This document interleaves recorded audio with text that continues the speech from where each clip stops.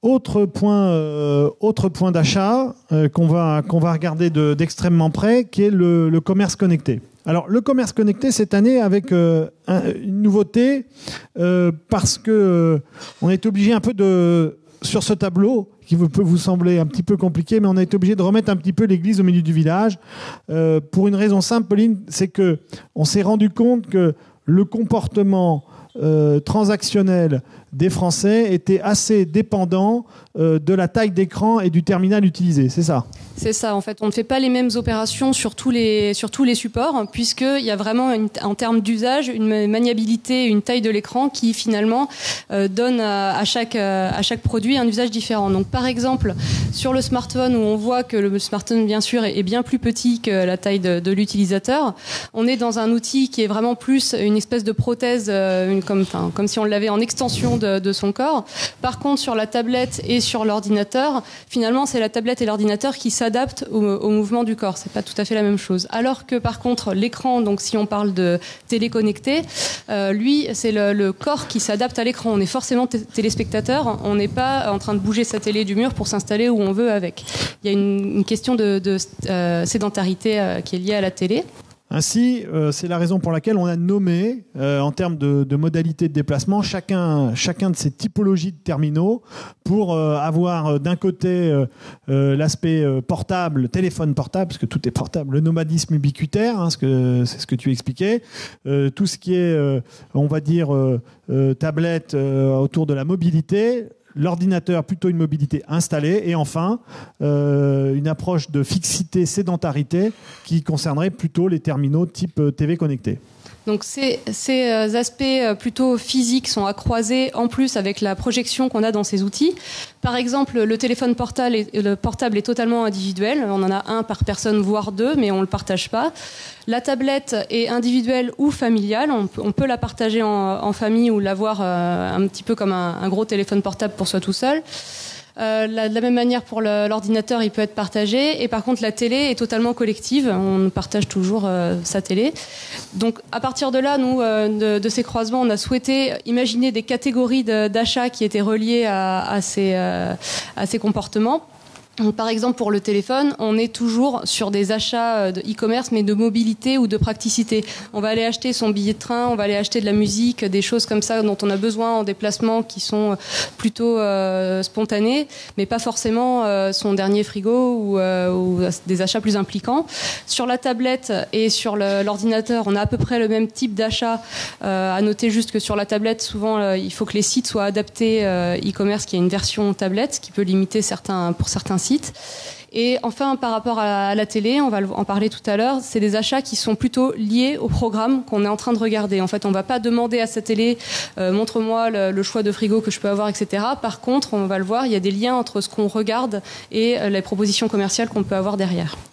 Alors, quand on rentre dans le détail des éléments barométriques, on va prendre tout ce qui est point d'achat web, avec l'achat en ligne de produits neufs, avec livraison à domicile ou dans un relais colis. Et puis, vous allez voir le focus sur les achats en ligne d'objets d'occasion.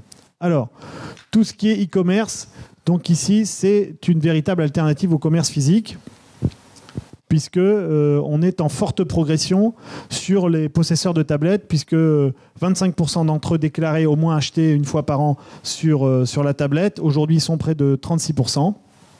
Et cet élément-là, vous allez le voir que la tablette est un élément transactionnel beaucoup plus fort que le téléphone portable. On va le voir à de nombreuses reprises ici. Et enfin, 49% des Français achètent au moins une fois par an sur le média type tablette et aussi ordinateur, là, pour le coup.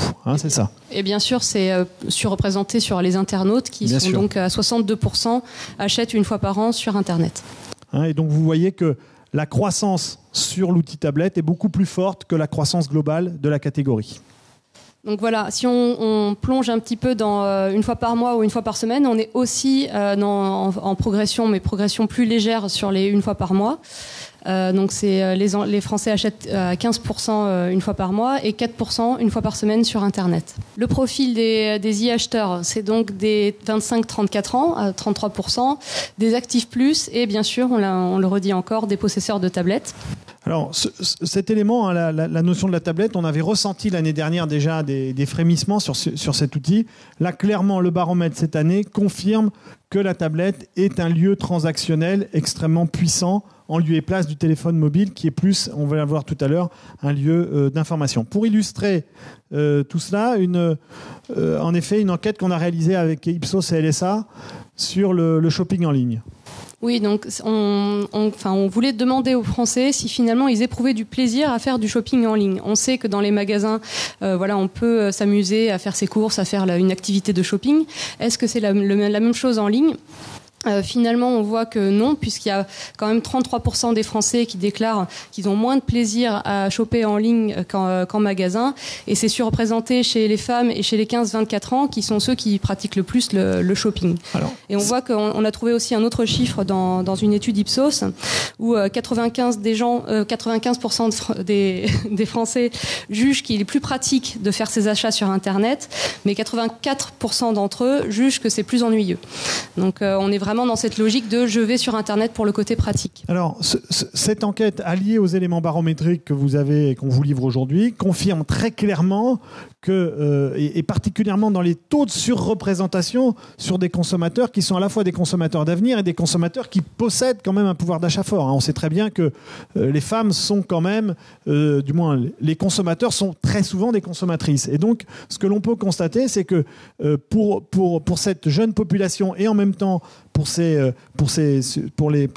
qui ont le pouvoir d'achat et le pouvoir de décision des ménages, très clairement, le magasin reste un lieu de préférence et de plaisir en comparaison des éléments digitaux. Donc ça ne veut pas dire que le digital n'a pas d'avenir, mais ça veut dire simplement que les Français ne s'y trompent pas.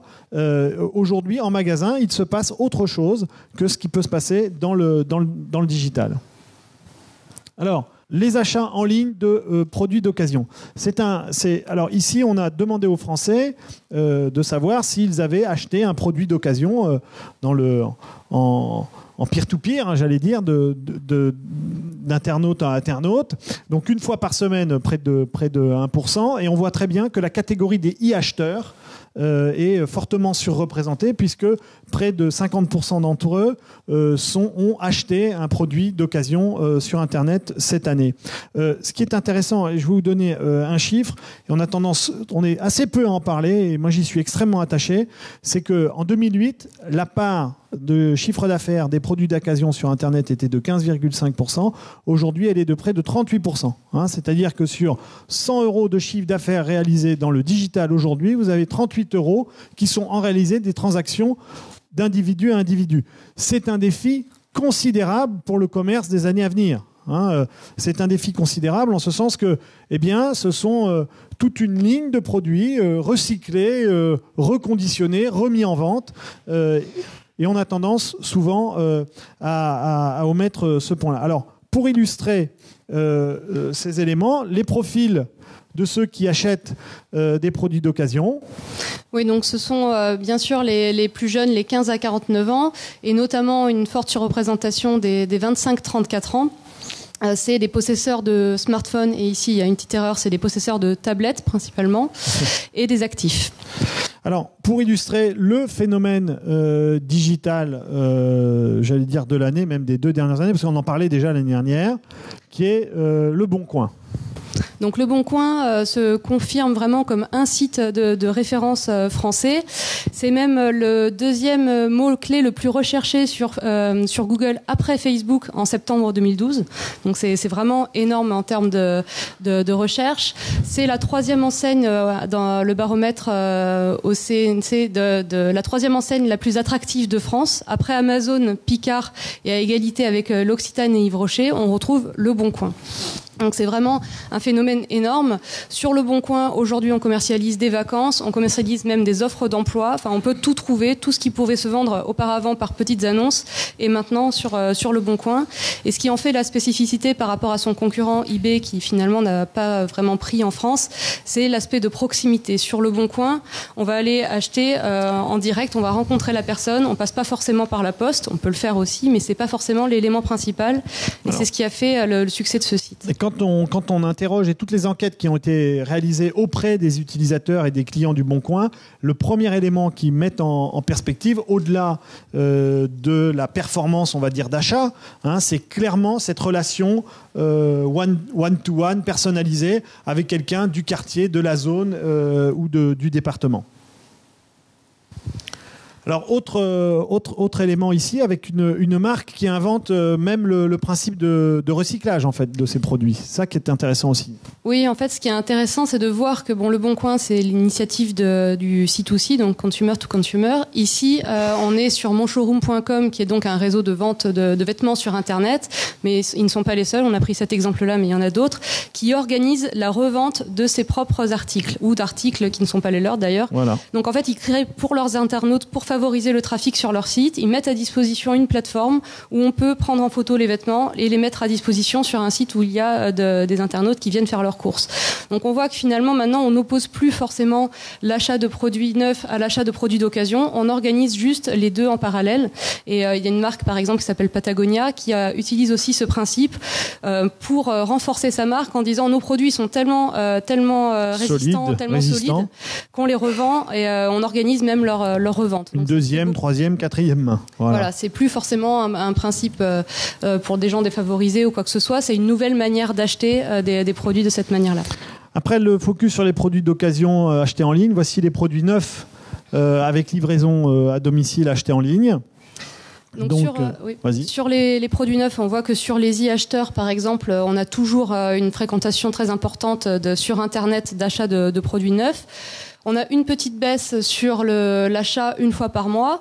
On a expliqué, on a une hypothèse pour cette baisse, c'est que les gens qui achètent régulièrement des produits neufs sur Internet ont aujourd'hui adopté un comportement un petit peu alternatif, dont on va parler après, qui est plutôt le click and collect, le drive. Enfin, ils ont d'autres moyens que le fait de se faire livrer quand ils sont vraiment habitués à acheter des produits sur Internet. C'est ce que vous verrez tout à l'heure sur les éléments drive. Nous savons très bien que la pénétration de ce nouveau mode de commerce va toucher des clients qui ne vont pas utiliser le drive comme étant le mode de commerce principal. Ça ne veut pas dire qu'ils désertent les magasins, ça veut dire qu'ils vont en moyenne au drive entre 2 et 2,5 fois par mois, en lieu et place de 4 fois au niveau du magasin. Alors pour illustrer les éléments d'achat de produits neufs avec livraison à domicile, une initiative de Walmart que je trouve assez géniale.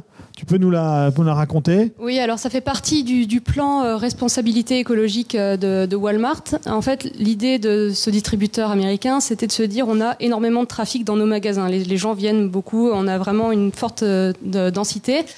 Pourquoi ne pas utiliser ces gens qui viennent tous les jours chez nous comme livreurs, en fait ? Donc leur donner le rôle de livreur pour livrer à leurs voisins et en même temps, du coup, ne pas avoir de frais de livraison, être concurrentiel par rapport à Amazon. Enfin voilà, ça a plein d'avantages. Effectivement, il y a beaucoup de choses à mettre en place pour que ça marche. Aujourd'hui, c'est en test, mais ils mettent en place des chartes de sécurité pour pas qu'on vole les produits, pour l'intimité des gens qui donnent leur adresse à leurs voisins. Enfin, en tant que Français, ça peut poser pas mal effectivement de questions. Mais c'est quelque chose qui est déjà en train de se mettre en place dans certaines villes aux États-Unis. Moi, je trouve quand même que la créativité marketing de mettre en œuvre et de faire payer la livraison des courses par mes clients autour d'une logique environnementale est quand même assez forte.